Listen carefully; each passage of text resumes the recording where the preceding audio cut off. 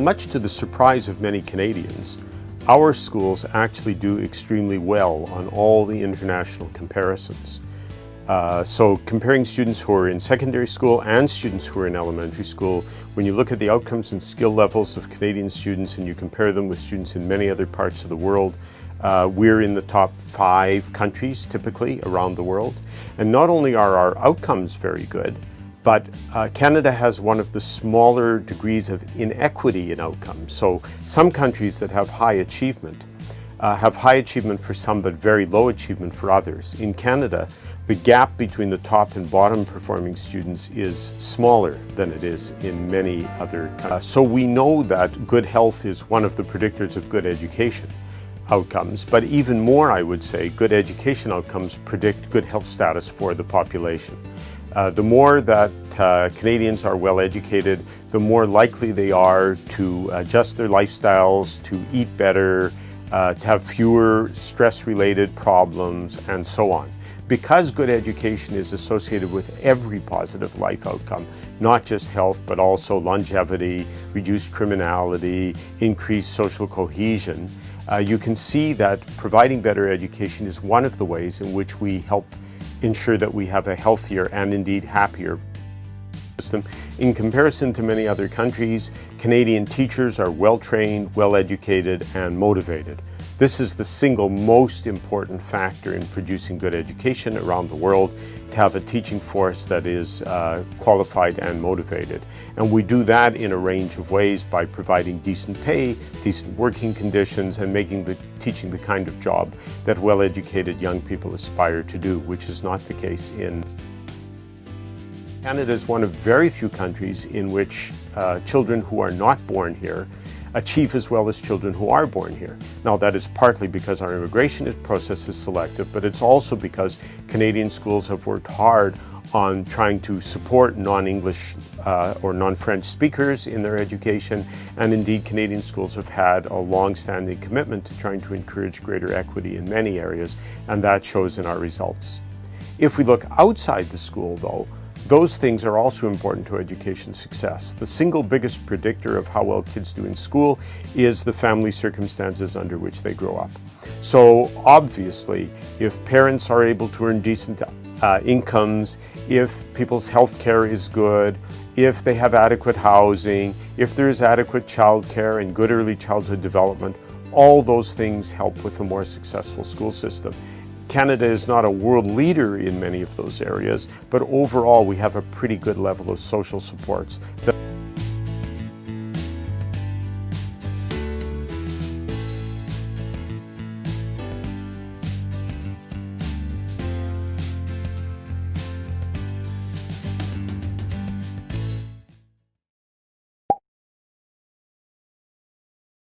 My name is Hannah. I study a Bachelor of Nursing and I've been in New Zealand for 5 months now.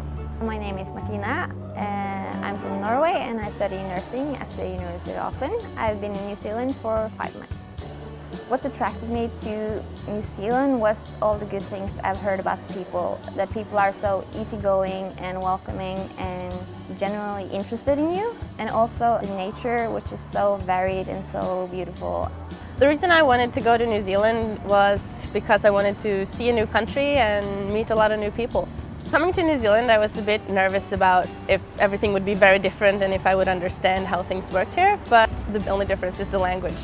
The transition between Norway and New Zealand was quite easy because people were really welcoming and made it easy for us to adjust and make ourselves at home here. The most fun and interesting thing I've done in New Zealand is really hard to pinpoint because there's so much we've done: bungee jumping and skydiving and kayaking and tramping.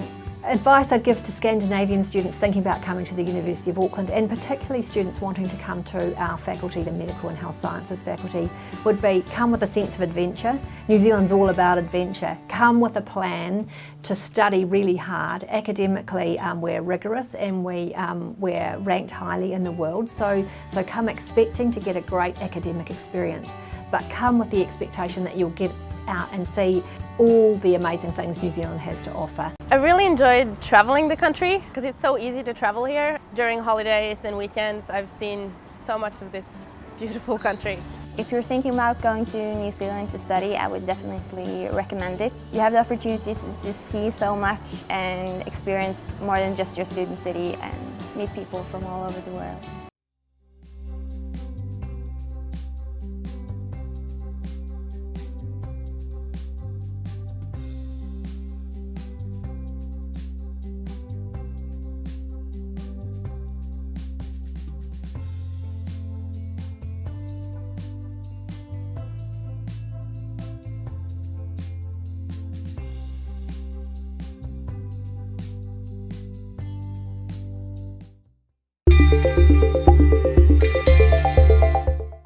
Iceland is an incredibly unique place. As soon as you land, you literally feel like you've landed on another planet.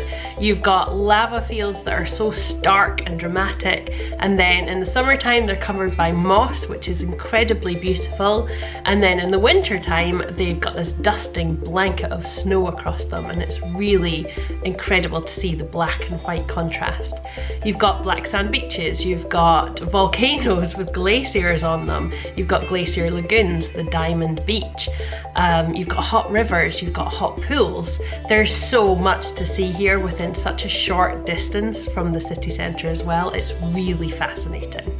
Obviously you've got the Blue Lagoon. It is the #1 attraction for most people to visit here, and it really is worth it, but there are lots and lots of different options for pools in Iceland, so is safety. I feel as a female walking around Reykjavik or out late at night or whatever, even if I'm just coming home on my own, I feel really safe here. It is a very safe country, it's a very safe capital city. There are obviously petty crimes happening, as everywhere. I think it's been voted the #1 safe capital, but don't quote me on that. It does feel very much like a town instead of a big bustling city. For example, I will walk Mia to the dagmama in the morning, and I will always see children kind of leaving the house in the morning and walking themselves to school. And the parents don't have to worry. They know that it's going to be okay. They know the child is safe. You can't buy that, can you? It's so nice to know that you can kind of give your kids that independence. Now, Iceland is a very slow, relaxed kind of lifestyle. This drove me a little bit crazy when I first moved here, because coming from an ambitious sort of lifestyle in the academic world, this was very difficult for me to get into. But now I am completely on board with it and enjoying motherhood, enjoying working for myself, and just enjoying that kind of relaxed pace of life here. Yes, I'm maybe not as productive as I used to be, or maybe I still want to be, but there's no pressure on me whatsoever, and it's just so nice. Part of that is Ingemar. He has kind of taught me this and forced some of it into me, but it really is an Icelandic trait to be just so chill and kind of dust. It'll all work out. And I really appreciate that now, because it's such a healthier way of living, and I tend to kind of plan things out, and that works through a lot of different things in our lifestyle. From, what can I give you, like shopping, our 30-day no spend challenge, really thinking things through before you take action, before you purchase something or invest in something, and just taking time to do things really properly. Not saying that everything in Iceland is done properly, whereas in the winter it is really about kind of hygge and staying cozy and fairy lights and cups of hot chocolate or wine or whatever, and just enjoying life and your family and your friends for company, and just kind of making nice moments together. So the second time that I saw them, when I saw real aurora dancing, was truly magical. It was incredible, and you genuinely cannot believe your eyes. It's the weirdest thing to see in the sky, and it really does take over the entire sky. So when people ask me, where should I look, you genuinely do just have to look up. They're there and they're dancing and they're spectacular, and it's so crazy. I can't really describe it. You have to see them. The lifestyle here is a lot more minimal, and I think that people select things a little bit more carefully, and so you don't end up hoarding and having numerous things in your life.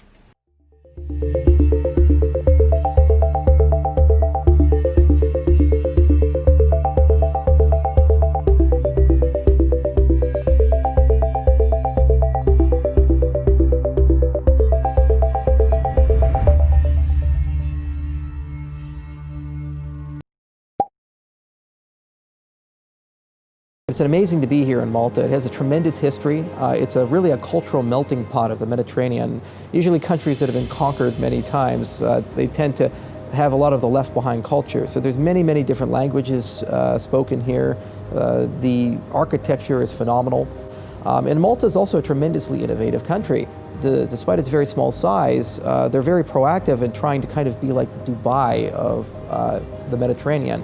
And they really want to have a strong financial industry. They already have a very strong iGaming industry, and they're looking into how they can build themselves up. So it's a fertile environment with lots of innovation, very good government, very stable member of the EU, with a long and rich history of being a hub for trading. I come from Malta, a nation in the center of the Mediterranean Sea. I am living proof of the strength that comes from the diversity of cultures and the movement of peoples connected across regions. I have too much faith in humanity. Malta recognizes that we must act to implement effective and efficient measures which acknowledge the concerns of individuals and communities in Europe and uphold the human dignity of migrants and refugees.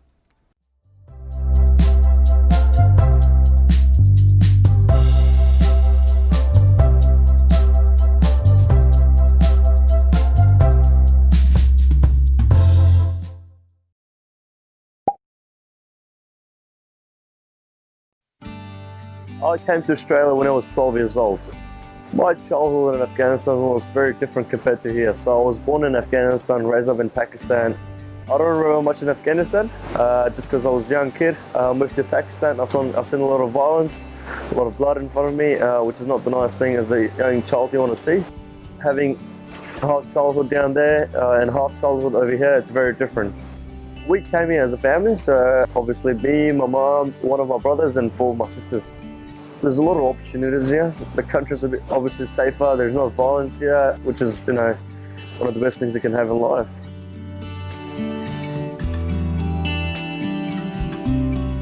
So I live in Melbourne. Been living here for the last 8 years of my life since we moved to Australia. I finished my year 12 last year at school and I work right now. And on the side of it, I work as a pool lifeguard. And during summer, I work for Lifesaving Victoria and I do volunteer work at Edisville Lifesaving Club. As a young kid in Pakistan when I grew up, I always wanted to swim but never knew how to swim. Probably I've been to swimming pool twice in my whole life as a childhood when I grew up in Pakistan. So I came over here, I learned how to swim here. I came down to the beach. There was a day, there was lifesavers that taught us about the water safety, about the beach safety. And so it seemed pretty cool. You work with the water, at the same time you're helping people. And you're helping the community out too. So that's one of the main figures and one of the main points why I became a lifesaver. It's obviously a better country, a safer country.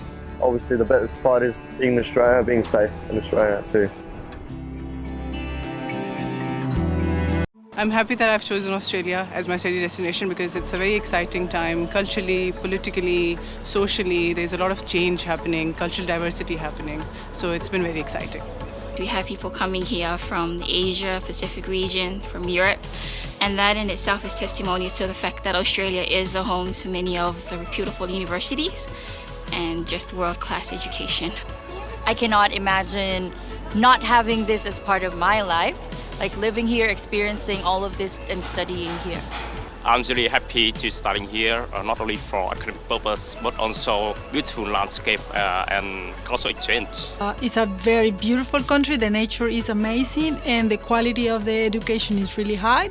I'm happy to study in Australia because of the new technology and innovation.